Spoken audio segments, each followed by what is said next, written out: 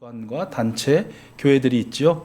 이렇듯 교회 공동체는 다른 교회 공동체의 사랑과 지지와 응원을 받기도 하고 또 다른 교회를 응원하고 지지하고 또 중보하기도 합니다.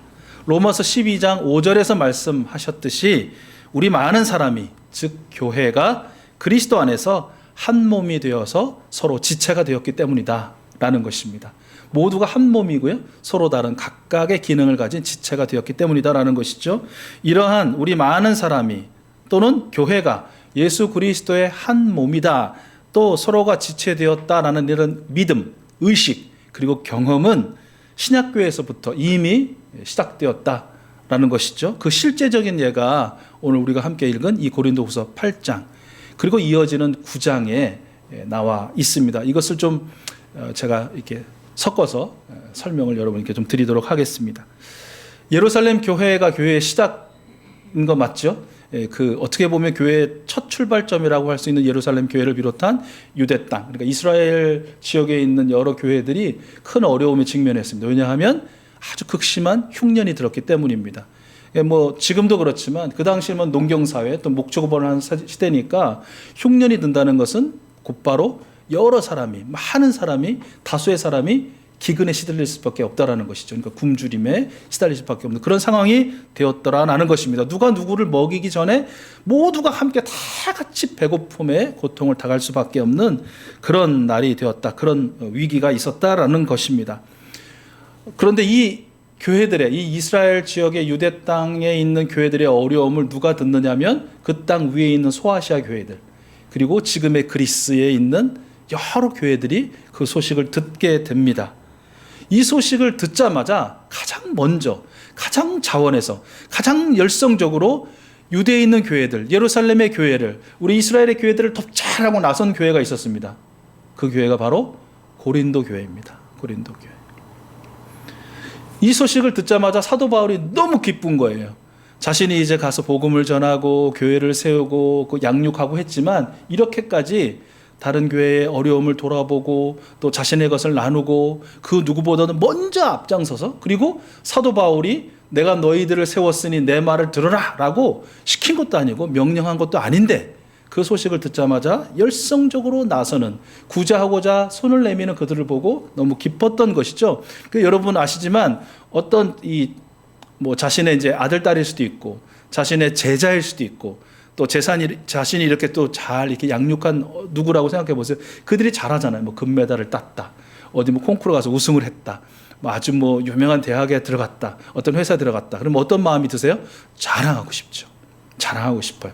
선한 의도로, 성한 의도로 어떤 자신이 교만해지고 그를 높이려는 의도가 아니라 어떤 그것이 누구에게 선한 도전이 돼요. 제가 아까 찬양의 모습을 여러분에게 보여드리고 다 같이 본 다음에 말씀드린 것처럼 어떤 이런 찬양하는 것에 그런 거룩한 욕심이 나도 찬양하고 싶어 우리 목장도 찬양하고 싶어 라는 그런 선한 도전을 위한 것처럼 이 자랑의 마음이 든다는 것이에요. 사도 바울도 그랬다는 것이에요. 고린도 교회가 너무 자랑스러우니까 이걸 어느 교회에 자랑하냐면 이 고린도 교회보다 더 북부에 위치한 마케도니아 지방에 있는 교회들에게 자랑을 한 거예요.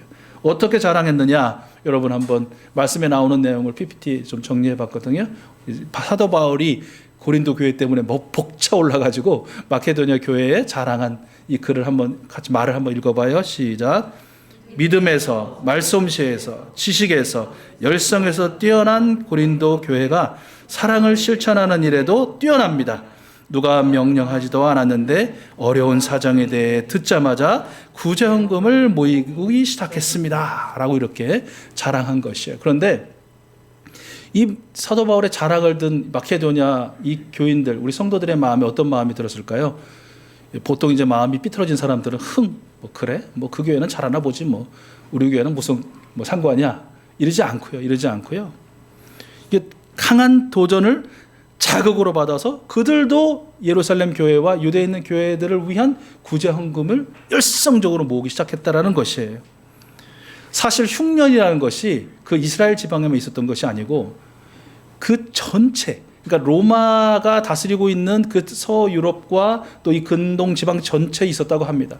그러니까 이 흉년으로 인한 고난은 모두에게 지금 동일하게 있는 것이에요. 그러니까 마케도니아 사람들이라고 자신들은 막 풍년을 이루어가지고 가진 것이 많아서 넉넉하게 먹고 배불리 이렇게 해도 남은 것이 있어서 나눈 것이 아니라 다 같이 그 어려움 가운데 있는 중에도 또 고난 중에 있는데도 불구하고 그 선한 마음을 가지고 구제헌금을 가지기 시작했다라는 것입니다.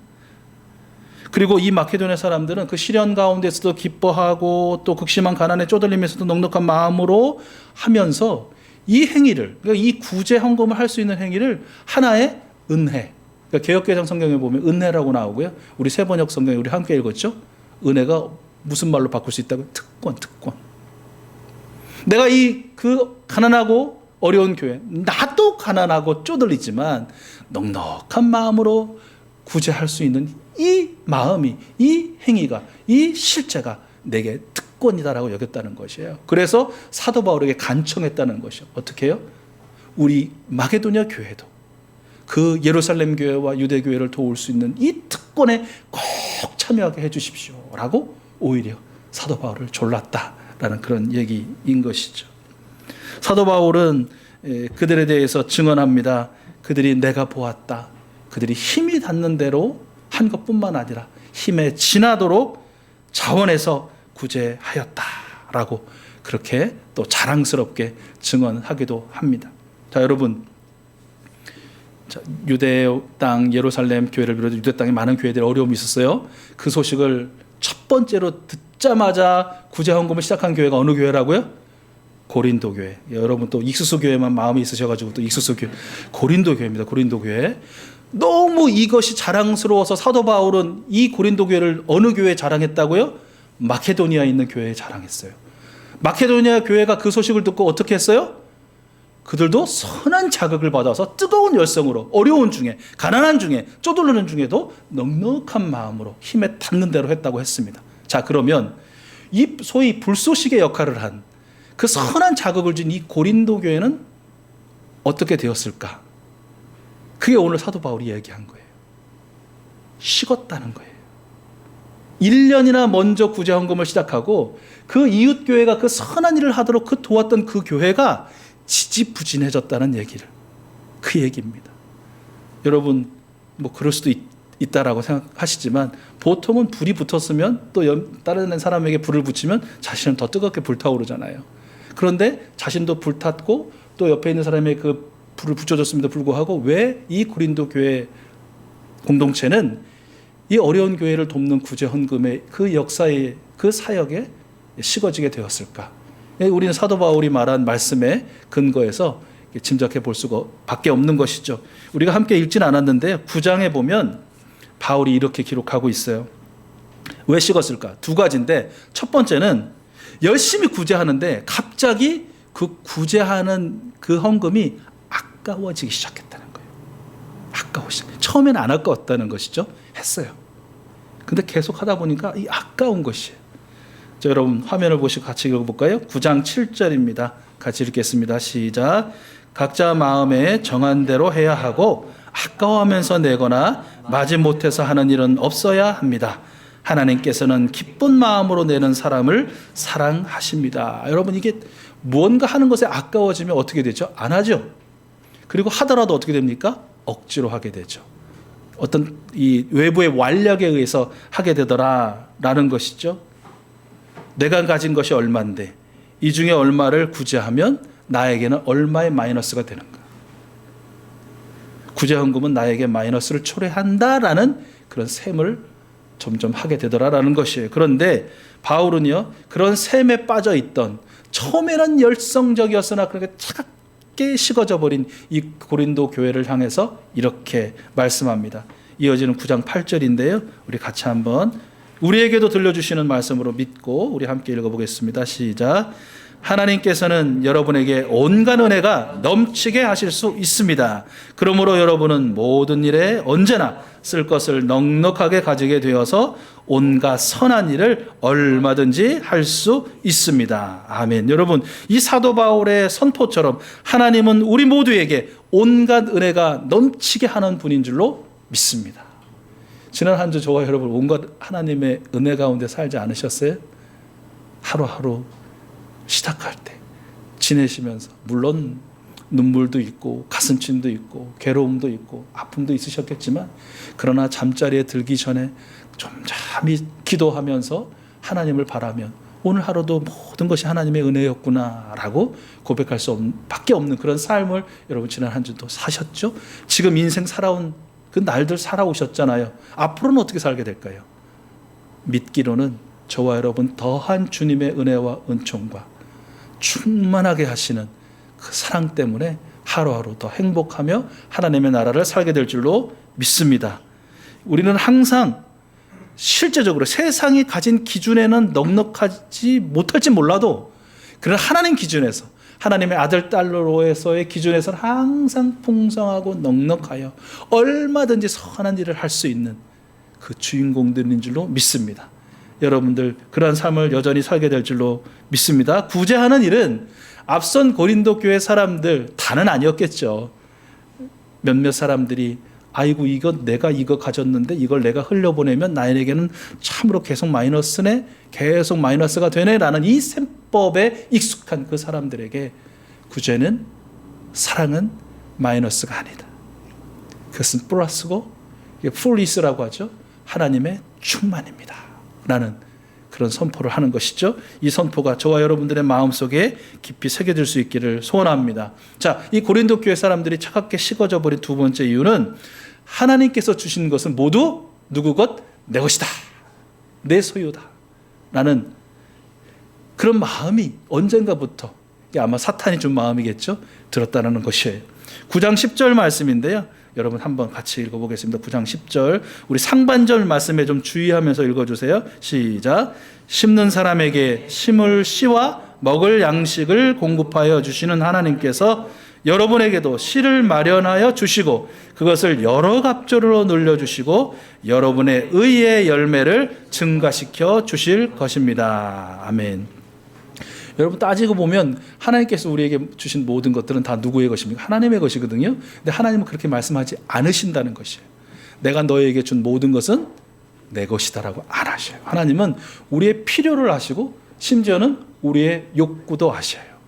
욕망도 아셔요. 그것이 뭐 거룩한 욕망이든 세상의 욕망이든 하나님은 이렇게 가리지 않으시는 것 같아요. 그래? 필요해? 원해? 간절히 소원해? 줄게. 그리고 네 것이야 라고 말하시는 분이 바로 하나님이시라는 것이에요. 그런데 여러분, 그 하나님께서 우리에게 주실 때 이 나눠서 주신다는 거예요. 우리는 하나 같은데 하나님은 나눠서 주신다. 뭐예요? 심을 씨와 우리가 먹을 양식을 함께 공급해 주시더라라는 것이에요. 하나님이 심으라고 주신 그 씨를 내가 그것마저 꿀꺽 해버리면 안 된다는 것이에요. 그러면 그것으로 끝이라는 것이에요. 소비되어지면 더 이상은 남지 않더라라는 것이에요.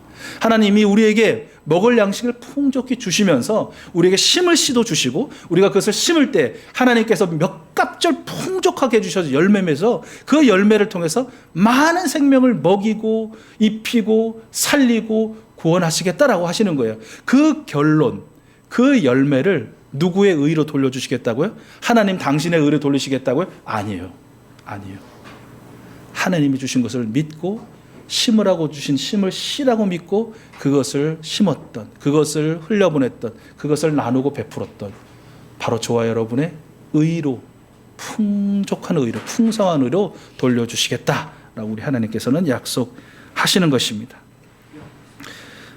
바울은 고린도 교회가 이 진리를 깨닫고 지금 식어져 있지만 이제 이 진리를 다시금 깨닫고 구제 헌금을 열심히 해서 정말 하나님께 감사를 드리고 하나님께 영광을 돌리고 누가요? 고린도 교회뿐만 아니라 이 구제를 받는 예루살렘 교회가, 유대의 교회가, 이스라엘의 교회들이 하나님께 영광을 돌리고 또 그들이 우리 고린도 교회를 기억하며 그들을 위하여 중보하게 될 것이다 라고 그렇게 이어서 말씀을 하는 것입니다.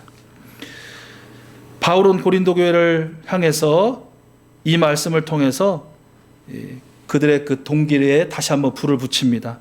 왜 우리가 그렇게 해야 하느냐? 왜? 바로 이 이유 때문입니다. 우리 같이 한번 화면 보시고요. 8장 9절의 말씀 같이 읽어보겠습니다. 시작. 여러분은 우리 주 예수 그리스도의 은혜를 알고 있습니다. 그리스도께서는 부요하나 여러분을 위해서 가난하게 되셨습니다. 그것은 그의 가난으로 여러분을 부요하게 하시려는 것입니다. 아멘. 부요함 그 자체이시고 그 주인이신 하나님이셨으나 가난한 사람과 같이 되신 예수님, 가난 중에 가난이라고 할 수 있는 십자가에서 죽으심을 통해 기가 막힌 가난 중에 죽을 수밖에 없는 우리를 살리시고 하나님 나라에 부요를 베풀어 주신 예수님의 은혜를 이미 알고 경험한 여러분, 다시 기억하십시오. 다시 기억하십시오. 여러분 마음에 다시 떠올리십시오. 그 은혜를 다시 경험하십시오 라고 그렇게 선포한 것이죠. 그리고 이렇게 간곡히 부탁하는 것입니다. 그러므로 이제는 여러분 1년 전에 시작했으나 식어져 있고 지지부진한 그 귀한 교회들을 돕는 일에 힘을 내십시오. 그리고 마침내 완성시키십시오. 여러분이 자원에서 시작할 때 보여준 그 열성에 어울리게 여러분이 가지고 있는 그 선한 의도를 여러분 마무리하시기 바랍니다 라고 고린도 교회에 권면합니다. 그러면서 14절 말씀 우리가 처음에 읽었지만 결론적으로 이렇게 말씀하죠. 우리 같이 한번 읽어봐요. 14절 말씀입니다. 시작. 지금 여러분의 넉넉한 살림이 그들의 궁핍을 채워주면 그들의 살림이 넉넉해질 때에 그들이 여러분의 궁핍을 채워줄 수도 있을 것입니다. 이렇게 하여 평형이 이루어지는 것입니다. 아멘. 여러분, 이 모든 교회 또 많은 사람이 예수 그리스도 안에서 한 몸 되었다라는 이런 의식, 이런 믿음, 실제적인 경험은요, 후원받은 그 예루살렘 교회를 비롯한 유대 교회들뿐만 아니라 또 후원한 고린도 교회나 마케도니아 교회들뿐만 아니라 예수 그리스도를 믿은 모든 교회 공동체가 다 같이 경험하게 된 그런 은혜를 누리게 되었다라는 것이죠. 이 은혜가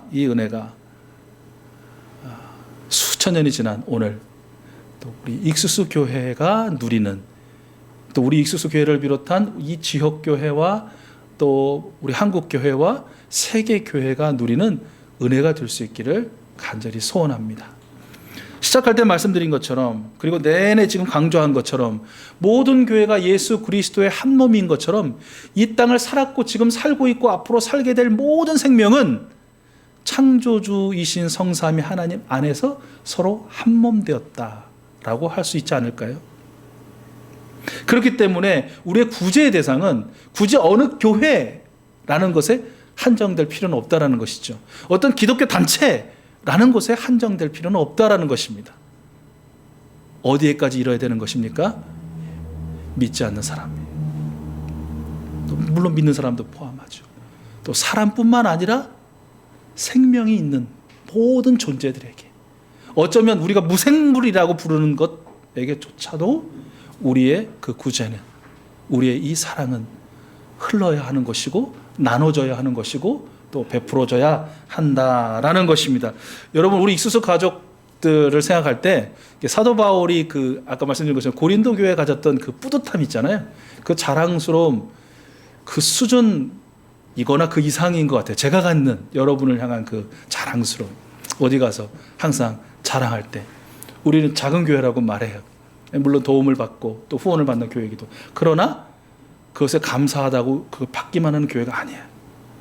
우리도 또 여러 단체와 여러 기관들을 돕고 있어요. 후원하고 있어요. 무엇으로?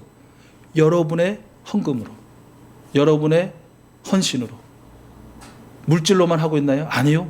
매일 9시마다 그 한 줄밖에 안 되는, 한두 줄밖에 안 되는 기도 제목이지만 계속해서 축복하고 그 미래를 하나님께 맡겨드리고 힘과 열정과 큰 것을 위해서 늘 기도하고 있어요. 얼마나 자랑스러운지 몰라요. 마음이 벅차요. 이렇게 지금 얘기하는 것도 제가 막 이렇게 닭살이 돋을 정도로 막 전율이 흘러요. 여러분 너무 잘하셨어요. 너무 감사해요. 축복해요. 그런데 여러분, 잘하고 있는 여러분들 더한 도전을 드리는 것입니다. 더한 도전을. 어떤 도전입니까? 이제 사순절 세 번째 주간을 보내실 우리 사랑하는 익수수 가족 여러분, 우리 예배자 여러분, 이 한 주간 여러분의 눈에 우리 예수님의 국률로 국률이 여겨야 할 대상이 보여진다면, 여러분의 귀에 어떤 생명의 신음소리가 여러분 들리게 된다면, 여러분 마음에 그들의 피 흘림에 그 슬픈 진동이 다가온다면 여러분 구제하는 특권을 마다하지 마시고 우리 주님께 간청해서라도 함께 참여할 수 있는 우리 귀한 분들 다 되셨으면 좋겠습니다.